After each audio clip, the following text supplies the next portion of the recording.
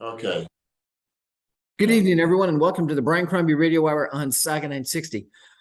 So, what's going on in Ukraine is, after probably inflation and the Queen's funeral, the number top issue that the world is focused on, particularly given some counteroffensives this past week that seem to have really had some success, and then also Putin appearing that he's going to raise the ante by having some referendum for these territories in the east that the Russians are occupying, but also now appearing to call up some reservists and mobilizing additional people.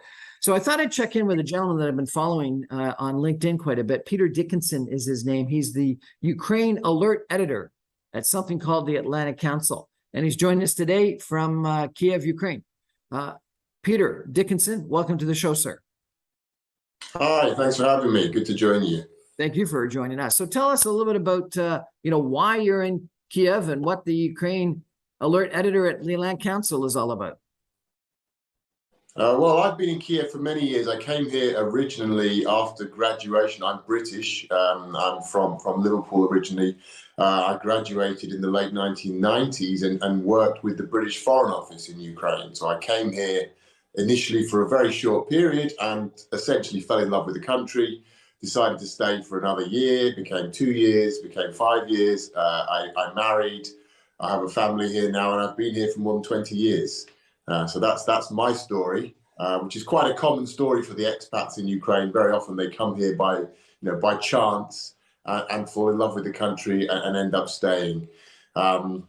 The Atlantic Council is a Washington D.C. based think tank. It dates back to the 1960s. It's one of the most prominent American think tanks and very accurate. Very active in Ukraine and in the strengthening of transatlantic ties. So I essentially work as their point man in Ukraine, helping to cover the developments in Ukraine over the past over the past 8 years. Fantastic. Must have been pretty busy in the last 6-7 months. Yes, it's been an absolutely intense period for everybody in Ukraine. It's been a period of great tragedy, of incredible emotions, of drama, but also heroism, resilience, and inspiration. It's a roller coaster. I don't think we all really fully appreciate how much of a traumatic experience it's been. Unfortunately, that's going to be something that's going to live with the country for a long, long time. But again, I would underline that it's not just about the terrible losses Ukraine has suffered. It's also about the incredible successes that the country has achieved. Frankly, it's an honor to be among Ukrainians in these historic times. Tell me, do you live like downtown Kiev? What's it been like for you personally? No, I live outside Kiev in the suburbs. We actually left Ukraine. I've come back around a month ago. We actually left Ukraine for in the early weeks of the war, as many people did. I have a family here with 2 children, so we evacuated into the European Union for a number of months, and have only returned in the past month. A lot of people also are still in the European Union elsewhere, basically waiting for the situation to stabilize. For those who stayed in Ukraine, I was obviously in very close contact with a lot of family and friends and colleagues who were still here. The first month or so was incredibly dangerous, incredibly tense in Kiev specifically, because that was the target at first. Russia's main goal was to conquer.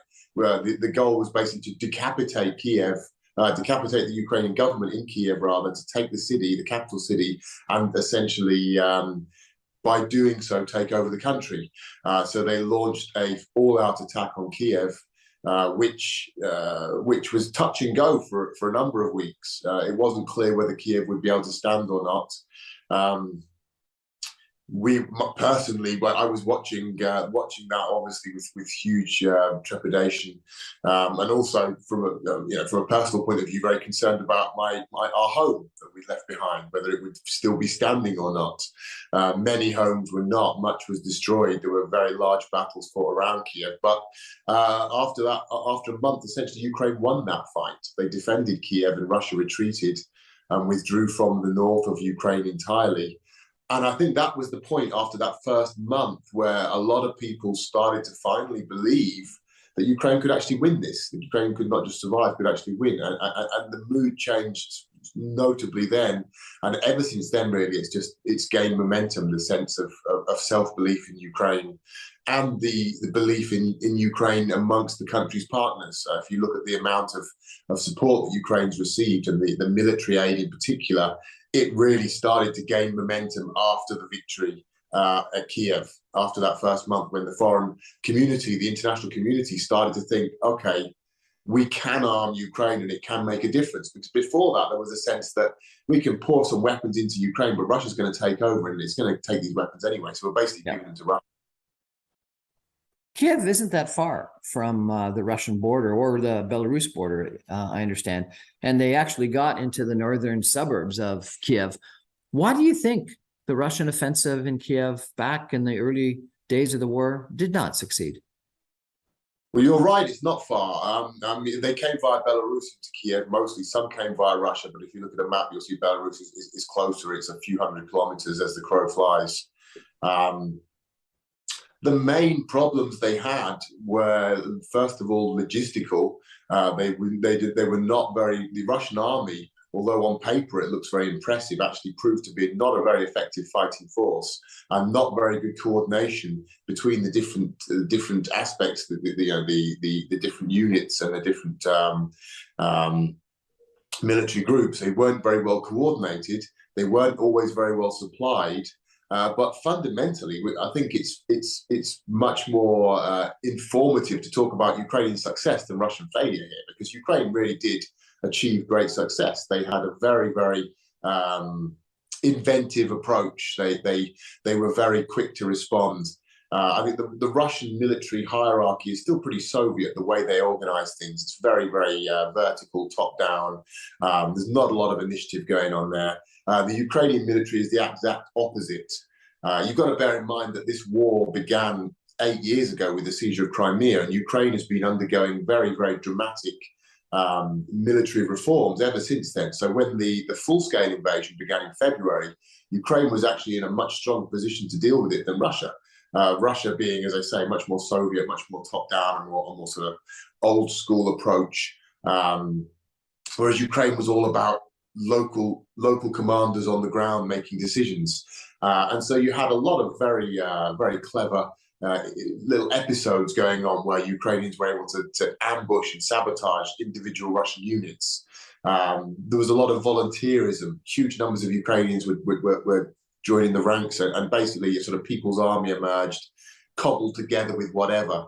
There was a lot of drone activity. Ukrainians are very technically minded. They use drones very cleverly to monitor what the Russians were up to. So it was a mix of sort of Russian lack of initiative and lack of coordination, but also Ukrainian skill and again determination. The Ukrainians were fighting for their lives. We're chatting tonight with Peter Dickinson. He is in Kiev, Ukraine. He is with the Atlantic Council. He's their correspondent, their individual in charge of Ukrainian affairs in Ukraine. We're going to take a break for some messages and be back with Peter Dickinson in just 2 minutes. Stay with us, everybody.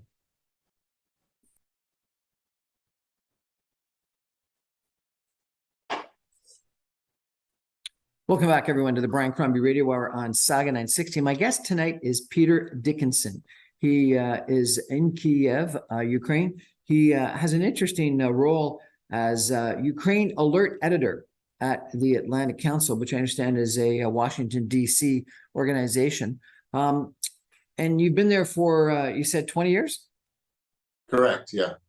And from Liverpool, England, went to Ukraine, fell in love with the city. I presume fell in love with some local people and married one of them, and ended up starting a family. But you've got really quite an interesting background because in addition to your current position with the Ukraine Alert Editor, you've been the chief editor of a Business Ukraine magazine for 15 years. You're the publisher of Today magazine, and is it Lviv? Is that Lviv. Lviv?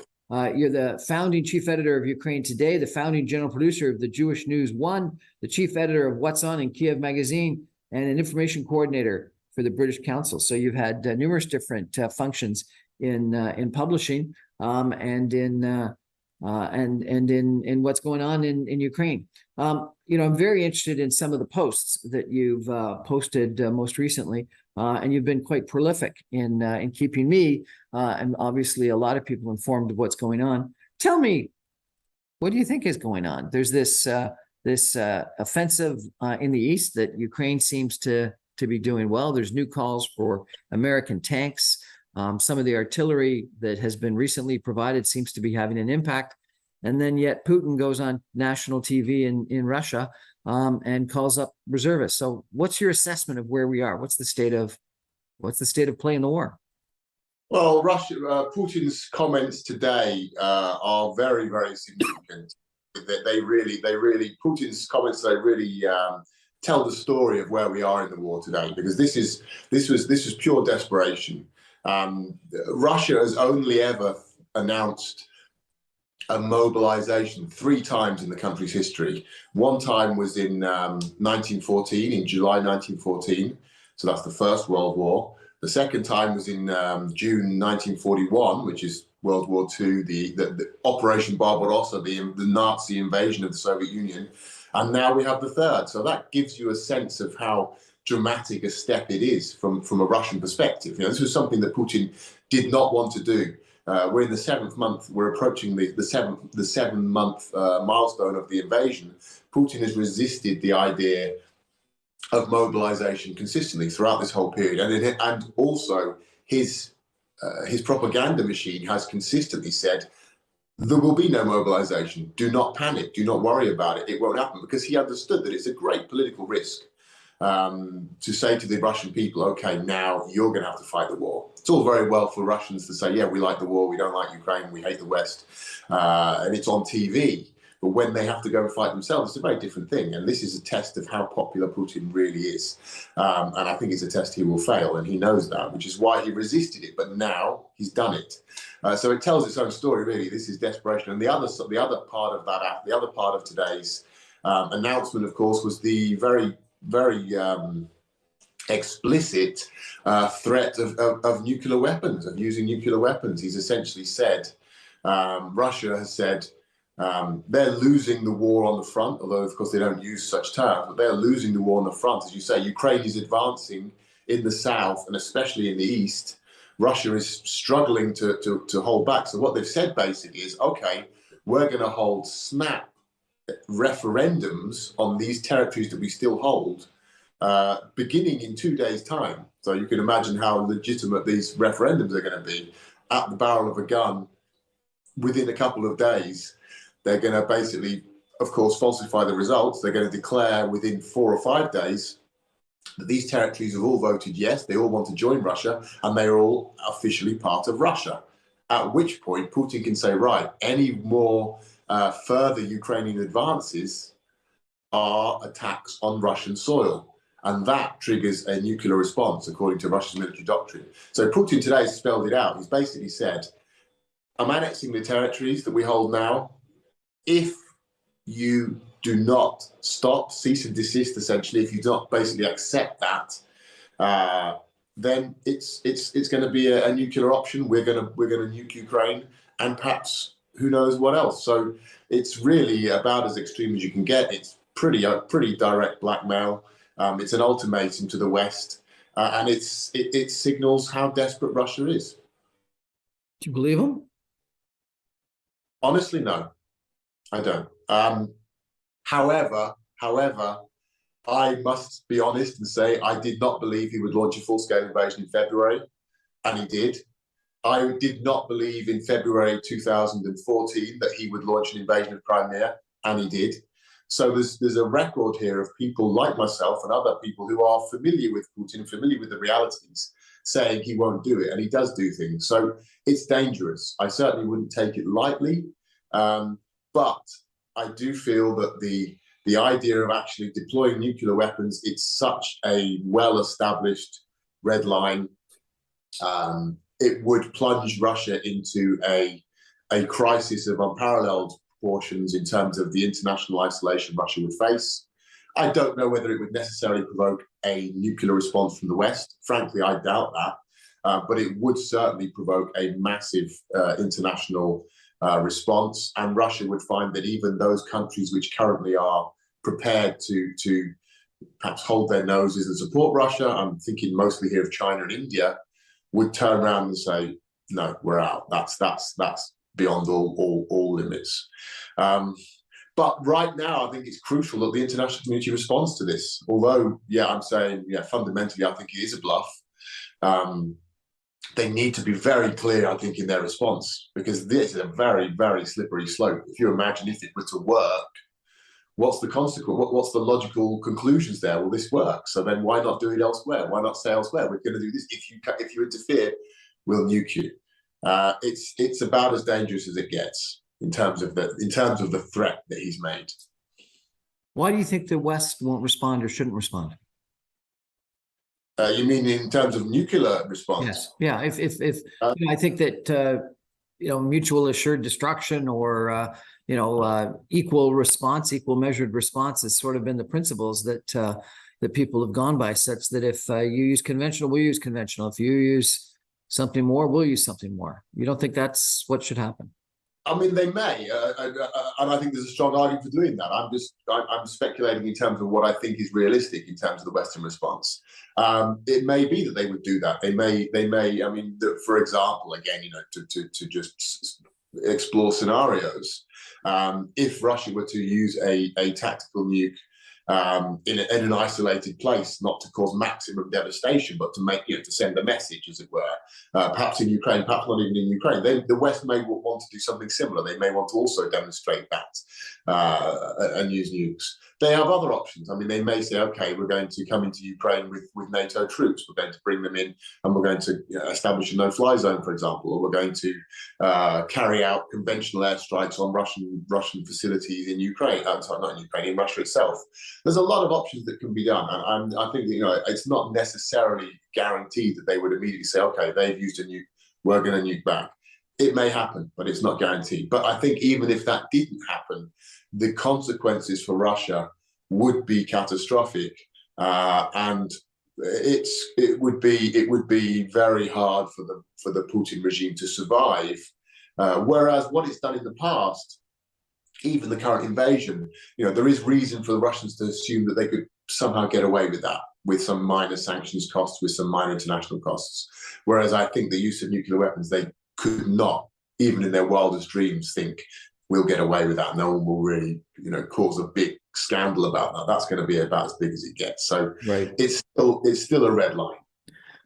The other part of this announcement that Putin made was about mobilization, as you mentioned, and you say it's only happened twice before.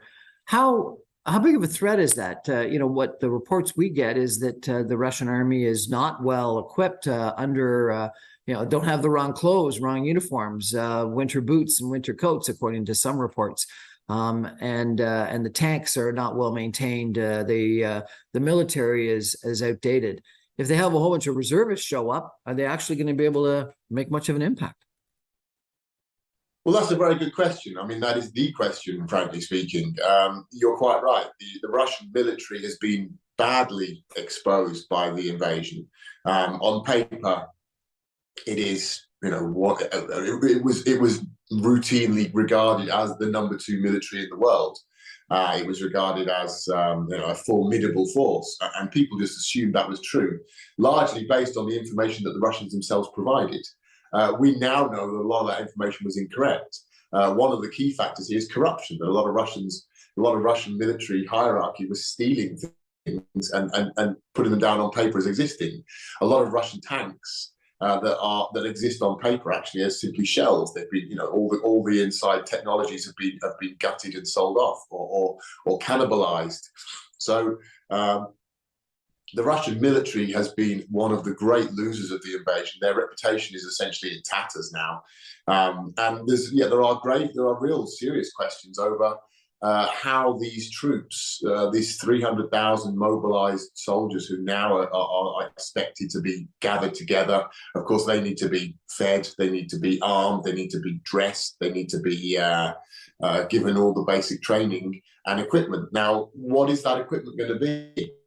Russia sent its best into Ukraine. It sent around 200,000 troops into Ukraine.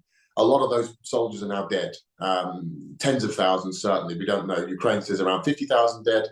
Western sources have said perhaps 20, perhaps 30,000 dead.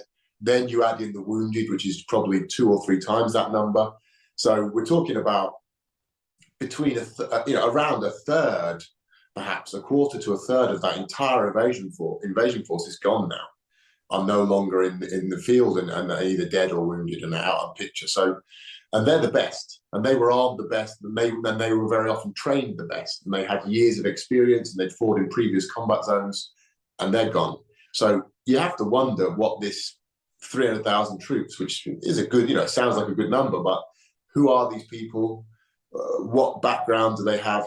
What training do they have? And also, crucially, what motivation do they have? What's their morale going to be like?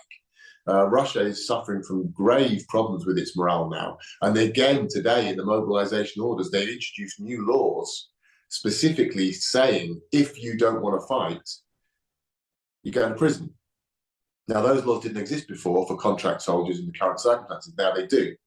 Also, they've said, if you have a military contract, you can't resign anymore. We're extending them all indefinitely. So if you're in the Russian army now and you were a contract soldier, up until yesterday, you could turn around and say, you know what, I've had enough of this, I'm leaving. You could just walk away from Ukraine. I mean, if you were serving there, you could walk away anytime, or you could refuse to go if you're in Russia. That was legitimate and legal. And the Russians would pressure those people. I mean, unofficially, they would pressure them somehow. They tried to shame them. They tried to pressure them. They tried to bully them into fighting. But technically, they could just walk away. But they can't anymore. That all changed today. Today, the new law says all contracts are binding and they are extended indefinitely. So these people are all trapped now. Now, what's that going to do to morale? It's not going to raise it, that's for sure. It is certainly not going to raise it, that's for sure. But do people back in Russia actually hear about the deaths, about the wounded? Do you think that the propaganda machine is so powerful that people don't really realize what's going on? I think to a degree it is powerful. Certainly, it's very powerful in certain areas, in certain ways, and amongst certain demographics, let's say. But the information is out there. Russians don't live in a bubble. I mean, yes, they have their incredibly powerful propaganda, but they're not idiots. I mean, they understand it's propaganda. Also, the Kremlin can block websites, but Russians are very creative. They'll find ways of getting information. They can access good information, and I think many people are aware of what's happening to a degree. Also, the recent counteroffensive in Ukraine was so big and so successful and so quick that the Russians were totally caught off guard, and that information really did send shockwaves through the Russian public, because for the first time they were seeing their own army in complete disarray, fleeing and surrendering and in retreat, and that was a shock to them. But yeah, certainly propaganda is very important to the Russian regime, the Putin regime. That's been ever since Putin came to power in 2000. The first thing he did was retake control of the media in Russia, because under Yeltsin in the 1990s, when they'd sort of experimented with democracy, the Russian media had become fairly free, and Putin crushed that as his first step. And when he came into Ukraine in 2014 in Crimea and East Ukraine, the first thing he did, take over the TV and the media. We're seeing that again in this war, and so the media, the fact that Russia is seen as this information warfare innovator, because it's been doing it for years, and information is hugely important to Russia, to the Russian regime, and they're very, this innovation that they've had in terms of the use of social media, that's very prominent as well. So I wouldn't underestimate how important it is, but I also wouldn't say that Russians have, their sort of children who have no idea what reality is. They also get the reality information. And a lot of the propaganda, it's important to note, it plays on what they, it plays on their desires. It tells them what they want to hear. They want to hear that Russia's brave. They want to hear that Russia's fighting back against the West. And sadly, they want to hear that Russia is crushing Ukraine. That is the reality. Right. We're chatting with Peter Dickinson tonight. He is the Ukraine alert editor at the Atlantic Council, a Washington, D.C. based organization, but he is in Kiev, Ukraine, and has been for the last 20 years or so, even though he's from Liverpool, England. Fascinating background that you've got, Peter. We're going to take a break for some messages and come back in just 2 minutes with more on what's going on in Ukraine. I'm going to ask him about some of his recent articles that have been really quite fascinating about weaponizing education, the impact on the economy, and other issues that undoubtedly are top of mind, even if they're not as critical as what's going on in the counteroffensive in the East and what Putin is doing, but critically important as well to understand what's going on in Ukraine today. Stay with us, everybody.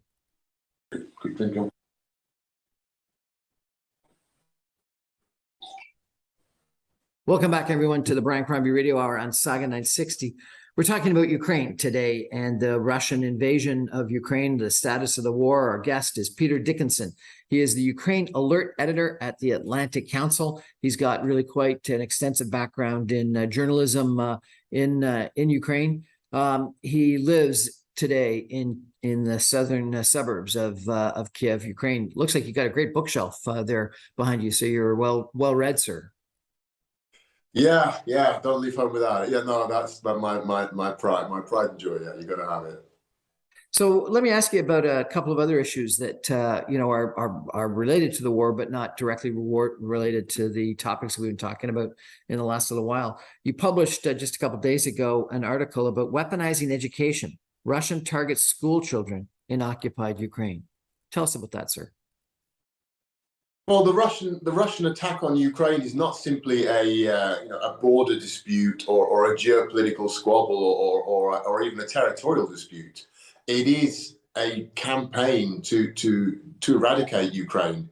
Russia sees Ukraine as part of Russia. It does not recognize that Ukraine is an independent nation, and it sees the development of Ukraine as an independent nation, the sort of consolidation of Ukrainian statehood, which we've seen over the last 30 years. Russia views that as a threat to Russian identity. To understand this, you've really got to understand the fundamental here is the idea that Russia is an empire. Russia is an imperial mindset, and it's an imperial country. The country of Russia is made up of a lot of different nationalities and groups, Russians being the dominant force, but by far not the only ones. You have the Chechens, and you have the Tatars, and you have the peoples of Siberia, the peoples of Central Asia, the peoples of the Caucasus. So Russia is perhaps the last European empire. It's still there. The great empires of the past have all gone. The European empires are no longer factors in geopolitics, haven't been for since World War II, arguably since World War I for a lot of them. Russia's still there, and they see Ukraine consolidating itself, growing stronger, becoming more European and becoming democratic as a grave threat to Russia itself, because they fear that this example will be followed, that other parts that were formerly part of Russia, other regions that were formerly part of Russia will follow that example. Putin himself, of course, is haunted by the fall of the Berlin Wall. He was in Germany at the time as a KGB agent. He was in Germany, he saw it happen, and he was haunted by it. It remains like the definitive moment of his political career. It shaped him as an individual and certainly as a politician, but I think also as a person. To see that the Soviet Empire collapsed with this sort of domino effect of pro-democracy movements, and then it went all the way back to Moscow, and the Soviet Union itself collapsed. And he sees Ukraine as a potential catalyst for another collapse, another domino effect of Ukraine, of Russia disintegrating, essentially. That's the bottom line. So the teaching. Sorry. Go ahead. I was going to say that the education thing, the article you referenced, is about that. Essentially, they're coming in and they're basically saying, okay, we're going to teach these kids that essentially these captive kids who are in the occupied Russian areas. They're not just starting to teach them something, a little bit different. They're basically saying to them, there is no Ukraine. There is no Ukrainian language. There is no Ukrainian national identity. There is no Ukrainian history. You are Russians. You children are Russians, and that's what they're trying to teach them now. And they're bringing teachers from Russia to do it, because a lot of Ukrainian teachers, have, as you'd imagine, have said, you know what, we're not going to do that. You know, we can't. We want no part of that. And so they're bringing teachers in from Russia. You also posted that that Putin's dream of recreating the Russian Empire, instead, his disastrous invasion of Ukraine is sparking a historic collapse in Russian influence that echoes the fall of the Soviet Union. Yes, I mean, that's what we're seeing now again, and I think that's why we're seeing today's sort of dramatic attempt to raise the stakes with this nuclear blackmail that Putin has today sort of put on the table, because he's not only losing in Ukraine, but because the invasion of Ukraine is going so badly, Russian influence is evaporating throughout the wider region. Now, if you look at the Soviet Union was significantly bigger than Russia. There were a lot of big countries there around there. There was 14 or 15 republics in total. Russia maintained control over them informally, or certainly the dominant role, right until very recently. And the way it did that, primarily, it used economic tools, it used soft power tools, shared cultural heritage, shared background, family ties, all those sort of things. But fundamentally, that influence rested on military might, on Russian military strength. And that military strength, the myth of Russian military strength, has been shattered now in Ukraine. So what we're seeing now throughout the region is countries basically saying, you know what, we're not scared of Russia anymore. We're going to go our own way, and we're basically going to defy Russia. Kazakhstan is the biggest of the former Soviet republics, and they've basically turned around and said, you know what, we're going to go with China now, and we don't care, we're going to say it openly. China has come out and said, we object to anyone messing with Kazakhstan now, they're with us now, which is a huge thing for the former Soviet world. Other countries in Central Asia have said, are basically now fighting amongst themselves and ignoring Russia. Down in the Caucasus, you've got Armenia and Azerbaijan. They've been at war since the breakup of the Soviet Union, on and off. Russia always played the role of the peacekeeper there, the arbiter, the sort of judge and jury, and was the dominant force. And basically, Azerbaijan has said in the last few months, you know, we're not interested in Russia anymore. We don't want them to be involved, and we're just going to do our own thing, and we're going to take back the land that Armenia has taken from us. And the Armenians, for their part, are saying Russia's useless to us. So we had Nancy Pelosi, the Speaker of the Senate, in Armenia last week, basically saying, you know, we're going to work with the Armenians now because Russia has failed them. Then you come around to the Baltic states. So all around the fringes of the former Soviet Union, the Baltic states have said this week, if you have a visa, you're a Russian citizen with a visa, we don't care. We don't care if you've got a European visa, a Schengen visa, EU visa. We're not going to let you in anymore. We don't want Russians coming into our country. We think they're a security threat. We don't want them, and we're not going to allow them in. Again, that would never have happened 6 months ago, 7 months ago, before the invasion began. But now they don't have the fear anymore. They've lost that. You know, Russia has lost the fear factor because of its military failures in Ukraine. A week ago, you wrote, Putin's self-defeating war. 10 years ago, 60% of residents across southern Ukraine backed a Moscow-led customs union, while 17%, only 17%, favored the EU. Thanks to Putin's disastrous invasion, almost 80% now support EU membership, and just 1% seek a Russian reunion. Yeah, I mean, the figures speak for themselves, really. This is a pattern that was specifically referencing southern Ukraine. It's true across the country. Historically, Ukraine and Russia do have very deep ties, have got very interlinked pasts. And a part of that was imposed on Ukraine imperially. It wasn't a partnership, so to speak. It was never a partnership of equals. But nevertheless, there were very, very close ties. I've been here for a number of years. I arrived in the late 1990s. So I've been here over 20 years.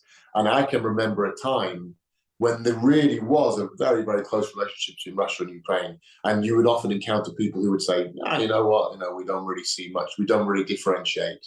People would watch Russian TV. They would watch Russian news. They would read Russian newspapers. Russian and Ukrainian pop stars basically inhabit, and literary stars, authors, TV personalities. They more or less sort of inhabited the same cultural whole. They were part of the same collective cultural space. There were a lot of blurred boundaries between the two countries. But Putin has basically eroded all that. He's undermined all that because he's been so heavy-handed, because he's been sort of obsessed by this fear that Ukraine would be a catalyst for a new Soviet-style sort of Russian collapse, a continuation of the Soviet collapse, as it were. He's been very, very heavy-handed in terms of trying to suppress Ukraine, and in his denial, his refusal to recognize Ukraine at all, to say, okay, there is a country called Ukraine and we're going to work with them and they're going to be our partners. He's taken the line consistently, like there is no Ukraine. He often says publicly, and he still says even to this day, we are one people, we are one nation. Now, when he says that, it doesn't mean that Russians are Ukrainians. He means very clearly and very unambiguously that Ukrainians are Russians. And of course, there's only so much of that. I mean, that's not a winning message from a Ukrainian point of view. And frankly, the mind boggles. How could he be so stupid? And a lot of people wonder, why it is that he's so insistent on these obviously sort of self-defeating messages. But he doesn't seem to be able to stop himself. Yeah, it boggles my mind how someone can think they can come in and destroy cities, rape people, murder, thousands, tens of thousands of people, destroy the land, and believe that those people are going to end up becoming your countrymen willingly in the future. Yeah, it is beyond bizarre, borderline. You have to question the sanity of Putin at some points. And I think Ukraine for him is a sort of blood. If you look at Putin as a politician, as a geopolitician, he's very, very good at dealing with the West. Typically, he's very clever at manipulating Western opinion, and he's very clever at managing that. But when it comes to Ukraine, it's like a blind spot. He just seems to be completely incompetent. He has no idea how to deal with the country, and he has no self-awareness of how damaging his actions are, how much they undermine his own interests. And a lot of that comes down, I think, to just the Soviet-Russian background. Russians in general are inclined to view Ukraine as not a proper country, as part of Russia. That's been a very historic position that the Russians have taken, going back centuries, and that you can find evidence of this going back to the 19th century. Certainly, Russians would routinely, the Tsars would ban the Ukrainian language. And while they were doing it, would say, oh, it doesn't really exist. We're banning it, but there is no such thing anyway. The Ukrainian language exists because it can't exist because Ukrainians don't exist. They're all Russians. Under the Tsars, the Ukraine was referred to as Little Russia. It's called Malorossiya, which translates literally as the Little Russians. So they were basically a kind of Russians. And that's the way that Putin still wants to see them. Despite the fact that even at the time, the reason we have this is because Ukrainians were fighting for their country then. They were fighting for their independence then. So Ukraine has been struggling for a statehood for centuries. I think it was the French writer Voltaire in the 18th century, the early 18th century, wrote that Ukraine has always strived to be free. So this has been, this is Europe's longest running independent struggle, statehood struggle, that we're now, probably, in my opinion, hopefully, certainly, I think we can say optimistically, probably now we are seeing the final stages of this struggle. A few days ago, I guess you were on a panel that you said, even if Ukraine is successful in liberating all occupied territories, this will not mean an end to the war unless Kyiv receives credible security guarantees. You were on a panel to explore the potential geopolitical implications of a decisive Russian defeat in Ukraine. What do you think those security guarantees have to be? Well, that's another very, very good question. Honestly, it's difficult to envisage anything that would really stick except NATO membership, anything that would really be credible. We have to wait and see what's going to be put on the table. It's clear, I think it's clear at the moment now, we can genuinely talk about the potential for Ukraine to win the war militarily. They've shown that they can defeat Russia on the battlefield repeatedly. They've shown that they can retake territory. Russia's military situation looks very poor, and there is very little reason to think it's going to get better. They're losing men, they're losing machines. They can't replace a lot of their more sophisticated weapons because of the sanctions. And they have huge morale problems, whereas Ukraine is receiving better and better weapons. It has a huge manpower pool, and Ukrainians, contrary to the Russians, have absolutely excellent morale for the simple reason that they're fighting for their lives and they're defending their own country. So the odds, I think, are in Ukraine's favor in terms of the current conflict. But if Ukraine even if Ukraine liberates all of the territory occupied by Russia, pushes the Russians out of the country, it's still not over, because Russia can come back in a year or two. Russia can lick its wounds, rearm, they can come back. Ukraine has to get those guarantees, and they have to be credible. But what could they be? The NATO membership thing is a thorny issue. A lot of NATO members, and NATO is 28 members, I think, or 30 members. Some of them will be in favour. Many of them will be very much not in favour. And all it takes is one to oppose. It's got to be unanimous. And so that's going to be a very politically difficult process to manoeuvre. It's not clear that they could achieve that. So then the question is, what else could it be? If America says we offer our guarantees, that's good. But is it watertight? Is it reliable? I don't know. Well, Ukraine got some guarantees when they gave up their nuclear weapons from numerous countries that Russia wouldn't invade, and those guarantees were worthless. Well, yes and no. In fairness, the agreement you're referring to in 1994, the Budapest Memorandum, did not include cast iron guarantees. It should have done. That would have been the thing. That would have been the logical thing to do. But actually, if you read the small print, they were offered security assurances, which is quite a slippery word.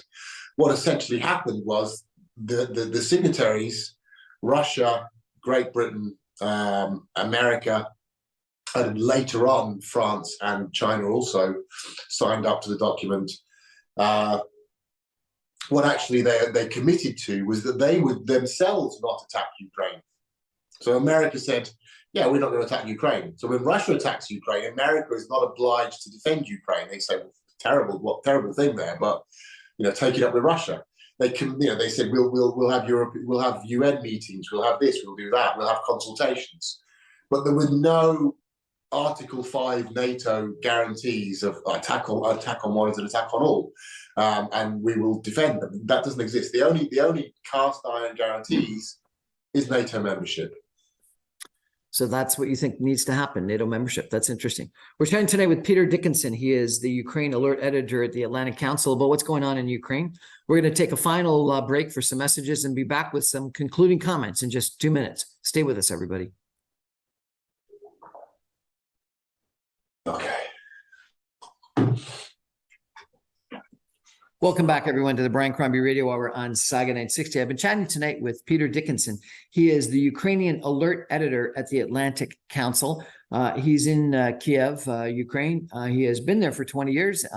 He has got a long history in journalism, in Ukrainian publications, and now with this Atlantic Council, which is a Washington-based think tank organization that publishes just about every day different articles about what's going on around the world.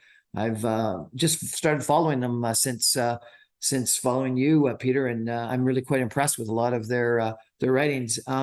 What's the best way to either follow you or follow the Atlantic Council? Is it through LinkedIn like I do it, or is there another way? I think, yeah, I mean, the social media, I would advise anyone who's interested in Ukraine and the issues to follow, to be active on social media. I think probably the most common source of news information is Twitter for me. I use Twitter, LinkedIn, and Facebook actively. And of the three, the most dynamic and the most diverse is Twitter. So I would advise all three. You can follow the Atlantic Council there. Certainly, you can follow myself, and there's a myriad of experts there. You would see, I would suggest, just sign up to everyone and see what takes your fancy, and take it from there. It's important to get a bit of diversity, so I would advise, One of the most recent articles that I was surprised by, you didn't write it, but you commented on it, is that Russia is facing defeat in the gas war against the European Union. Why do you think Russia's going to, like, if anything, I thought that Germany was caving in. So what's happening with this gas war? Well, Russia also thought Germany would cave in, and Germany has caved in many, many times before. The Russian attitude towards the West in general is one of contempt. They are envious of the West. They are resentful of the West. There is a genuine dislike of the West. They regard the West as they have an intrinsic adversarial relationship with the West, that they are in complete competition with the West. And they blame the West for the humiliations of the 1990s. So they've always had this very complex relationship with the West. And again, Russian history is full of this. You go back, this has always been the Russian case, going back to Peter the Great building his window on Europe and trying to turn the country towards Europe, while at the same time being very clear that Europe was the enemy. They've always had this sort of love-hate relationship with the West. But the fundamental characteristic over the last 20 years of Putinism is this sense of contempt that the West is corrupt and the West can be bought. And they have had great success in buying the West. They buy individual politicians. The former German Chancellor, Gerhard Schröder, works for Putin. He's a Putin man. He goes to Russia and he does Putin's bidding in Europe. He pays his respects to Putin, and he is their voice in Europe. He's the former head of Germany, the most powerful country in Europe. So that speaks volumes. And of course, in terms of the business community, they have huge influence there. For the same reason, they've used corruption as a foreign policy tool. And so the assumption in Russia has always been, the Europeans talk a lot about democracy, they talk a lot about rights, but fundamentally we can buy them and we'll just pay them off and we'll buy them. And that was true to a significant degree after Crimea. Russia went into Crimea and the whole world said, oh my God, this is terrible. But then they kind of got over it. And a year after Crimea and East Ukraine, the Russians went to East Ukraine, they annexed territory, they started a war in Europe. And after all that had happened, Germany signed, Angela Merkel signed a massive contract with the Russians to build a new pipeline which would bypass Ukraine, thereby making it vulnerable to even more Russian aggression, and make Germany Russia's key energy partner. In 2015, this was the Nord Stream 2 pipeline. So Russia had very good reason to assume that whatever they did in Ukraine, they could just buy off the West, and specifically the Europeans, and even more specifically the Germans, but not only the Germans. But you're saying that's not happening or not going to happen? Well, it seems no. It seems that they've gone too far. It seems that there was a miscalculation, and now the European countries and even Germany have reached the point where they've said, you know what, this needs to change. We need to end our reliance on Russia. And they are moving away from it now. They are basically saying we're planning we're planning a post-Russian energy strategy. We're going to try and manage our energy without Russia. And now this is basically what we're going to see in the months ahead, is Russia trying to blackmail Europe over energy. They've already cut off supplies. In the months ahead, they're going to offer and say, you know what, here it is. You can take the energy now. We'll give it to you tomorrow. We'll give it to you for free. But you must do what we say. And what we say is allow us to take over Ukraine, and that allow us to destroy Ukraine, and we'll give you all the gas you need. So it's really going to be a moment of soul searching for European leaders. And at the moment, it looks clear that they're going to say no. They are already saying no. The question is, how bad will things get in the months ahead? And how much resolve do the Germans and other European leaders have? We shall see. We shall see. But at the moment, I think it looks like that Putin's gamble has failed. We've only got a minute left, Peter. But last question, you wrote about as well that Ukraine is winning, but needs weapons to end Russia's genocidal occupation. What weapons does Ukraine still need? Primarily, they need anti-aircraft and anti-missile capabilities to defend the country. And then in terms of offensive capabilities, they need tanks. They need modern Western battle tanks, and they need aircraft. Aircraft and tanks are the one and two, the 1-2. Of course, there's a long list I could give you, but they're the two things they need most of all in order to be able to attack and reclaim land. Peter Dickinson, Ukraine Alert Editor at Atlantic Council. Thank you so much for joining us and telling us about what's going on in Ukraine today. I hope we can connect in the future and get updated because your posts on social media are excellent. The writing in AtlanticCouncil.org is excellent. I read it on a daily basis, and thank you for keeping us up to date about probably the most important thing that's happened in the world since World War II. Well, thanks for your interest, and I'll be happy to join you again. Keep following Ukraine, please. That's our show for tonight, everyone. I remind you I'm on every Monday through Friday at 6 o'clock on 960 AM. You can stream me online, even from Kiev, Ukraine, at www.saga960am.ca. Good night, everybody.